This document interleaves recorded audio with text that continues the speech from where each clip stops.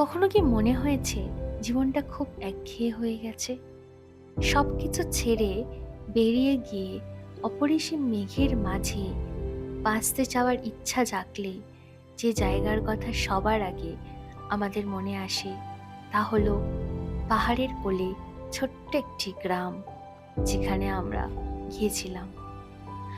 So come and join us, the virtual travel experience of the most beautiful mountain village of East Sikkim, Zuluk. Hello guys, welcome back to our channel travel with Shibshree. এটা আমাদের এই silk route ভ্রমণের চতুর্থ পর্ব। এর আগে আমরা দেখিয়েছি আমরা কি করে কলকাতা থেকে এলাম সিলারিগাঁও, তারপরে সিলারিগাঁও একদিন আমরা দেখিয়েছি, আবার সিলারিগাঁও দেখানোর পর আমরা আরিতার একদিন দেখেছি। যদি তোমরা এই ভিডিওগুলো না দেখে থাকো তাহলে প্লিজ গিয়ে চেক করো, আমি ডেসক্রিপশন বক্সে ভিডিওগুলোর লিঙ্ক দিয়ে দিচ্ছি। আমরা এখন যাচ্ছি আরিতার থেকে জুলুক, আর এই রাস্তায় পড়বে কিন্তু অনেক সাইট সিন, সেগুলো কিন্তু তোমাদের সাথে সব কিছু শেয়ার করে নেবো। প্রত্যেকটা বিস্তারিত ডেসক্রিপশন থাকবে যে কোথায় কী আছে, কিভাবে যাবে, সব কিছু। আর সঙ্গে থাকো, দেখতে থাকো আর এনজয় করতে থাকো। আমরা কিন্তু আরিতা ছেড়ে বেরিয়ে পড়লাম জুলুকের পথে। আমাদের জুলুক যেতে গেলে কিন্তু আরিতার থেকে আবার নিচে নামতে হবে, নিচে থেকে আবার উপরে উঠতে হবে। তো চলো দেখতে থাকো, খুব ইন্টারেস্টিং জার্নি হতে চলেছে আজকে। কালকে কিন্তু আমরা এই রাস্তা দিয়েই গেছিলাম আরিটারের দিকে, আর আজকে আমরা এই রাস্তা দিয়েই কিন্তু যাচ্ছি আবার নিচে।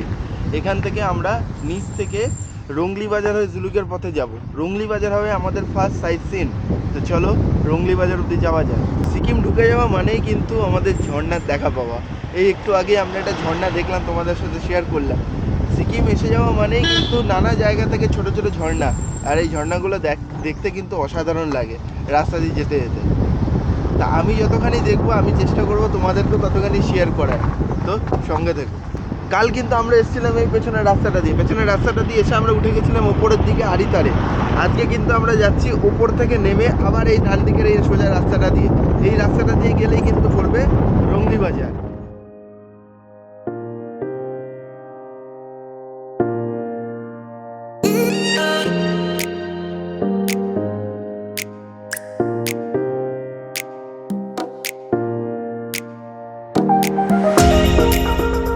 জুলুক যাওয়ার পথে কিন্তু আমরা একটু নিচের দিকে নামলাম অন্য রোড ধরে, জাস্ট বিকজ আমাদের পেট্রোল ভরতে হবে। আর পাহাড়ের মধ্যে পেট্রোল পাম্প এমনিতেই খুব কম থাকে।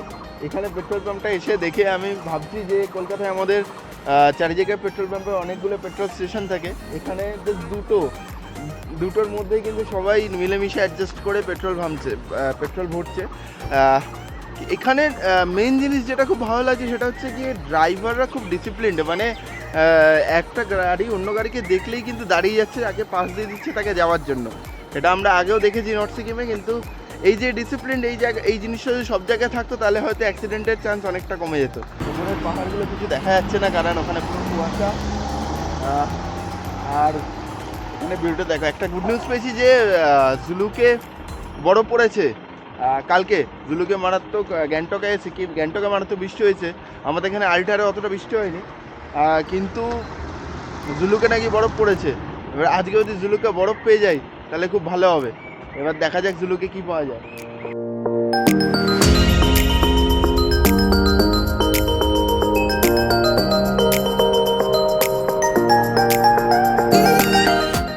আমরা কিন্তু এসে গেছি রংলি বাজারে। এই দেখতে পাচ্ছ পুরোটা কিন্তু রংলি বাজার। এখানে বহুত কিছু পাওয়া যায়। আমরা মার্কেটটা এক্সপ্লোর করব, দেখতে থাকো মার্কেটে কী কী পাওয়া যায় আর কীরকম প্রাইস, নিশ্চয়ই তোমাদের সাথে শেয়ার করবো সব কিছু। চলো রংলি মার্কেটটা এক্সপ্লোর করা যাক এবার। দেখতেই পাচ্ছ এখানে কিন্তু শীতের সমস্ত রকম জিনিসপত্র পাওয়া যাচ্ছে। প্রথম দোকানেই আমরা চলে এসেছি, একদম শীতের সমস্ত রকম জিনিসপত্র কিন্তু এখানে পাওয়া যায়। আমরা দেখবো এখানে কীরকম কী প্রাইস আছে। ये सब जैकेट का कितना प्राइस है? हाँ 500। अच्छा, सब 500 है। ये 700 है, ये 700 है, ये भी 500 है, और ये 500 है ना। ये सब स्कार्फ है ना? स्कार्फ कितना प्राइस है? हाँ 100 करके ना स्कार्फ। দেখতেই পাচ্ছ এই স্কার্ফগুলো কিন্তু 100 টাকা করে। এখানে কিন্তু এরকম সুন্দর সুন্দর ব্যাগ পাওয়া যায়। এই ব্যাগগুলো কিন্তু পাউচের মতো থাকে, এটা খুললে কিন্তু এরকম বড় হয়ে যায়। কীরকম প্রাইস আছে ব্যাগগুলো? কিতনা প্রাইস है? हाँ 50। 50 টাকায় কিন্তু এরকম ব্যাগ পাওয়া যাচ্ছে। খুব সুন্দর সুন্দর জিনিসপত্র পাওয়া যাচ্ছে এখানে। এখানে দেখতে পাচ্ছ এরকম সাইজের ব্যাগ, বড় আছে, এটা বড়ও করা যায়। এরকম সাইজের ব্যাগ কিন্তু অনলি 300 করে। দেখতেই পাচ্ছ এখানে কিন্তু সব দোকানে সব রকমের কিন্তু ইয়ে পাওয়া যাচ্ছে, শীতের জামা কাপড় সব দোকানে কিন্তু পাওয়া যাচ্ছে।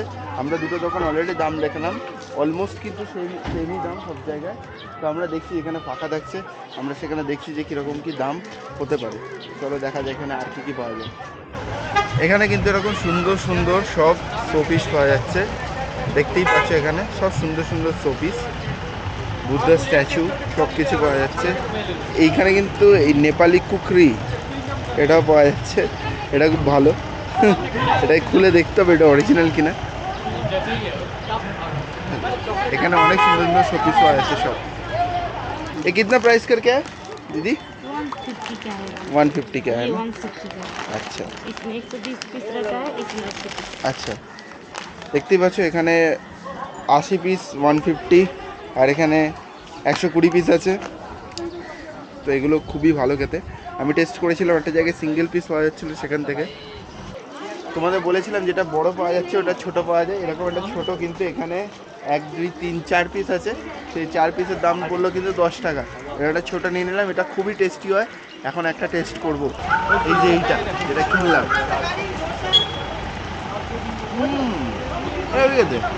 এখানে কিন্তু পাওয়া যাচ্ছে এরকম টাইপের ব্রেসলেট, এগুলো সব কটার কিন্তু 50 টাকা করে দাম। তো এটা তোমরা নিয়ে নিতেই পারো, ভালো ব্রেসলেট পাওয়া যাচ্ছে। আর এখানে কিন্তু আছে উইন্ড চাইমস, অনেক রকমের উইন্ড চাইমস আছে, আমি দেখিয়ে দিচ্ছি তোমাদেরকে। উইন্ড চাইমস কিন্তু অনেক কালেকশন এখানকার। আর নিচে তো শোপিস, তোমরা জানোই এখানে সব শোপিস আছে। আমরা কিন্তু রংলি মার্কেট এক্সপ্লোর করে এখন আমরা বেরিয়ে যাচ্ছি আমাদের নেক্সট সাইট সিনের দিকে। চলো দেখতে থাকো। রংলি মার্কেট সম্পর্কে সম্পূর্ণ বিস্তারিত বিবরণ তোমাদেরকে আমরা দিয়ে দিয়েছি। রংলি মার্কেট যতখানি এক্সপ্লোর করা সম্ভব আমরা এক্সপ্লোর করেছি। অনেক দোকানে গেছি, জামাকাপড়ের দাম জিজ্ঞাসা করেছি, শোপিস এবং অনেক কিছু এখানে আছে, তোমরা চাইলে কিনে নিতে পারো। ঠিক আছে, সঙ্গে থাকো, দেখতে থাকো পরে কি সাইট সিন আছে।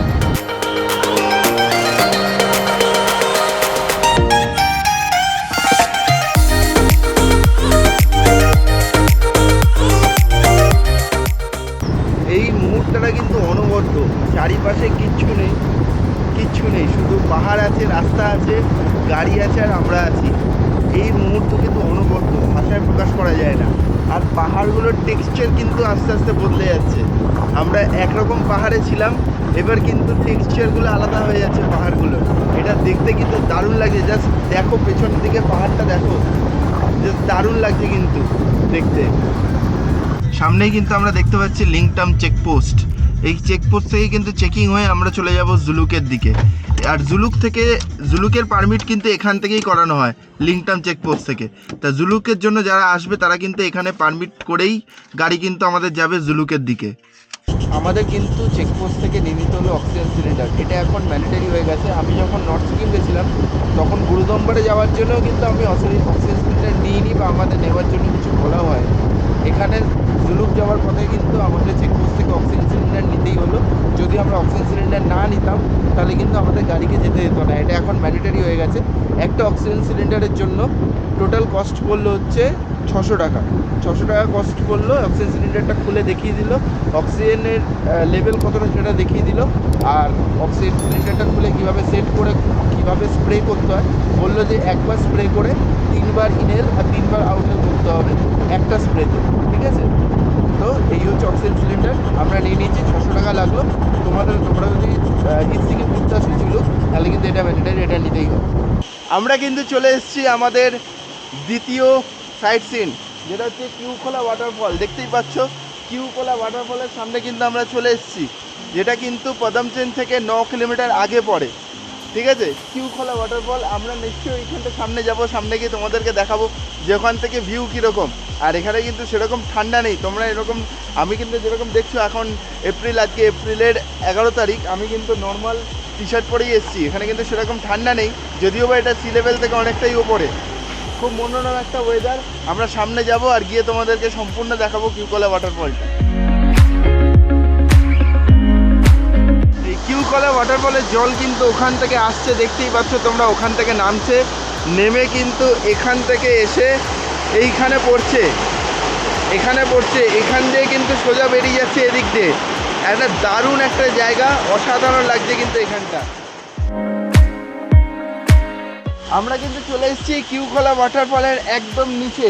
তোমরা দেখতেই পাচ্ছ এখান থেকে কিন্তু জল ওপর থেকে এসে পড়ছে কিউখোলা ওয়াটারফলের, এখান থেকে জল এসে পড়ছে সোজা একদম নিচে চলে এসেছি। আর এখানে কিন্তু খুব সুন্দর লাগছে, এসে দারুণ লাগছে, অপূর্ব একটা ওয়াটারফল কিন্তু।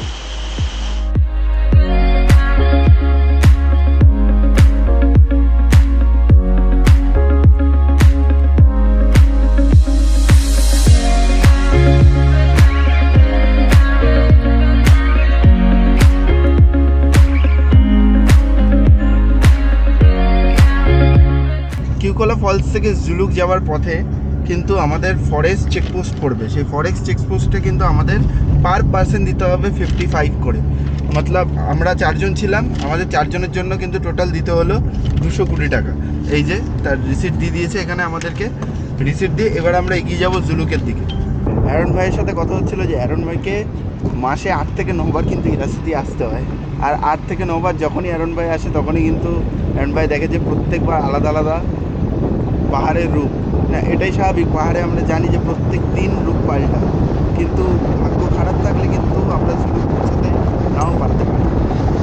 এবার একবার নাকি এরকম হয়েছিল, একটা ফ্যামিলি এসেছিল 4 জন মিলে, তারা নাকি গ্যাংটকের রাস্তা দিয়ে জুলুকে যেতে পারেনি, এই রাস্তা দিয়ে জুলুকে যেতে পারেনি, তাদের ভাগ্য এত খারাপ ছিল। আর এত তুষার বৃষ্টি হয়েছিল, স্নোফল হয়েছিল, তাই জন্য এবার আমাদের ওপরের কাছে এটাই প্রার্থনা, এখানে যেন কিছু না হয়, ওপরে গিয়ে আটকে গেলে আটকে যাবো, কিন্তু এখানে যেন স্নোফল ওই রাস্তা না আটকে যায়। স্নোফল হওয়ার এখন কোনো চান্স নেই, সূর্য উঠে গেছে, রোদ্দুর উঠে গেছে, সেরকম স্নোফল হওয়ার মতো ওয়েদার নেই, কিন্তু পাহাড়ের ওয়েদার বলা যায় না, যে কোনো সময় পাল্টে যেতে পারে। ফরেস্ট চেকপোস্টের পরে কিন্তু আমাদের আরেকটা চেকপোস্টে দাঁড়াতে হলো, এখানেও কিন্তু আমাদের চেকিং হবে, ডকুমেন্টস জমা দিতে হবে। সিকিম এলে কিন্তু সব জায়গায় চেকিং হওয়াটা ম্যান্ডেটারি। এখানে আমাদের কোনো টাকা দিতে হচ্ছে না, কিন্তু ডকুমেন্ট সাবমিট করতে হচ্ছে।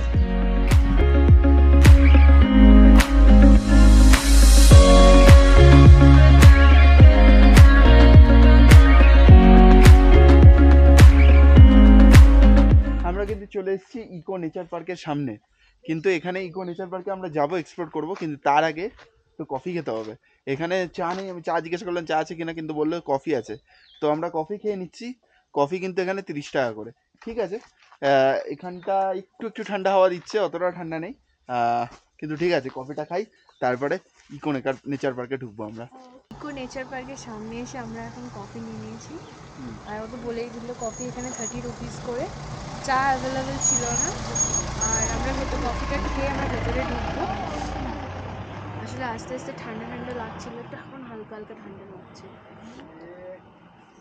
বাট একটা জিনিস দেখ, কফিটা কি সুন্দর কাপে করে দিয়েছে, মানে হ্যাঁ, এখানে কাপ, নর্মাল কাপ দেয়নি, ইংরেজের কাপ যে সেই কাপে দিয়েছে।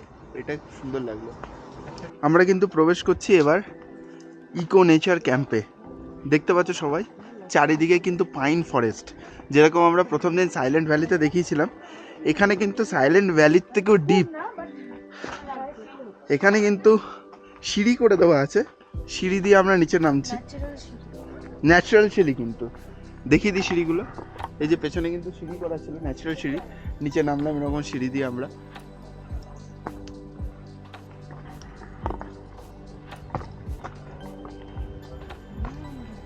আর এইখানে কিন্তু ঠান্ডা আছে, এটা বলতেই হবে, এখানে এবার কিন্তু ঠান্ডা লাগছে।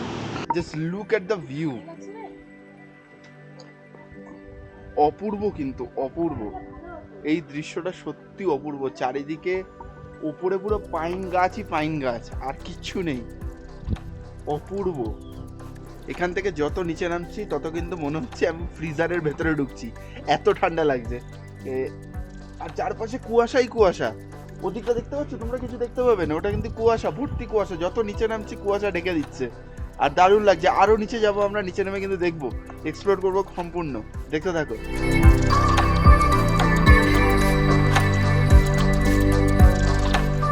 আমরা কিন্তু দেখতে দেখতে অনেকটা নিচে নেমে গেছি, আর সত্যি কথা বলতে উপরটা দেখা যাচ্ছে না এখন উপর দেখা যাচ্ছে না, আর সত্যি কথা বলতে গিয়ে পাইন ফরেস্ট এরকম মানে আমি নামার সময় তো নেমে গেছি, যখন উঠবে দুজনেরই অবস্থা খারাপ হবে, কারণ একদম জিরো ফিটনেসে চলছে। আর সবথেকে বড় কথা হচ্ছে কি, এরকম পাইন ফরেস্ট আর এরকম নিস্তব্ধতা আমরা সাইলেন্ট ভ্যালিতে দেখিয়েছিলাম, কিন্তু সাইলেন্ট ভ্যালি থেকে এটা আরও ডেন্স, আরও ডেন্স। আমরা আরও নিচে নামবো, উঠবো কীভাবে জানি না, কিন্তু নেমে যাবো নিশ্চয়ই। এইবার দেখা যায় কতটা নিচে নামা যায়।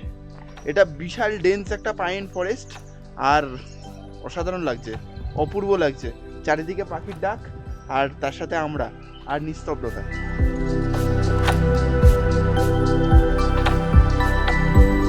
নেচার ক্যাম্পের নিচে এসে এখান থেকে জাস্ট ভিউটা দেখো, ওদিকে জাস্ট লুকিং লাইক আ ওয়াও, সবাই বলছে এখানে। আর একটাই কথা মনে হচ্ছে, আজ আমরা উপরে কিন্তু পাইন গাছগুলো নিচে, এতটাই উপরে চলে এসেছি।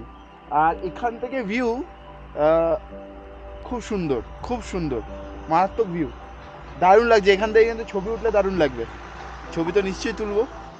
আর এইসব ছবিগুলো পেতে গেলে কিন্তু তোমাদের ইনস্টাগ্রামে ফলো করতে হবে। ইনস্টাগ্রামের লিঙ্ক কিন্তু আমি দিয়ে দেবো।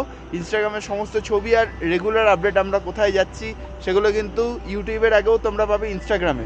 তো ইনস্টাগ্রামের লিঙ্কে গিয়ে আমাদের কিন্তু ফলো করে দিতে ভুলবে না।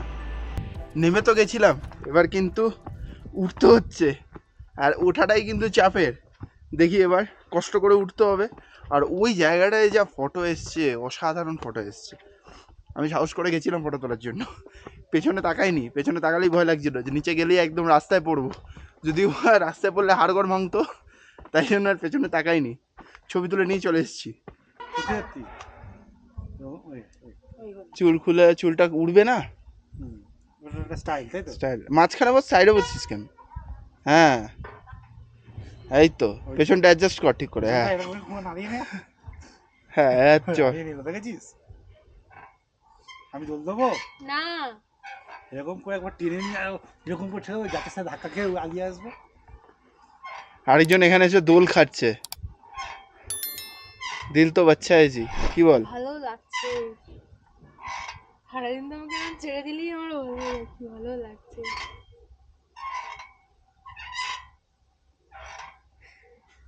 পাইন ফরেস্টের মধ্যে দোলনা, তার উপরে আবার পাহাড়ে এত উঁচুতে।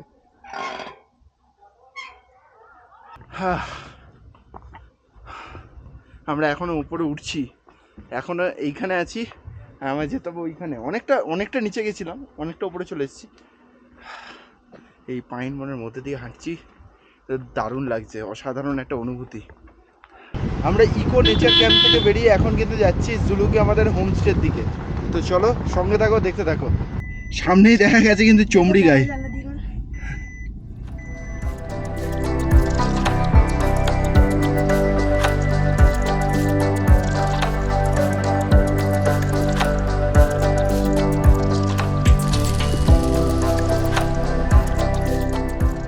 জাস্ট ভিউটা দেখো এখান থেকে, পুরো মেঘের কোলে আমরা। এখান থেকে মেঘ ঘুরে বেড়াচ্ছে চারিদিকে, আমাদের আশপাশ দিয়ে মেঘ ঘুরে বেড়াচ্ছে, অনবদ্য একটা ফিলিংস, অনবদ্য। এখান থেকে কিছু দেখা যাচ্ছে না চারিদিকে, এত মেঘ সামনে। ও দারুণ লাগছে, দারুণ।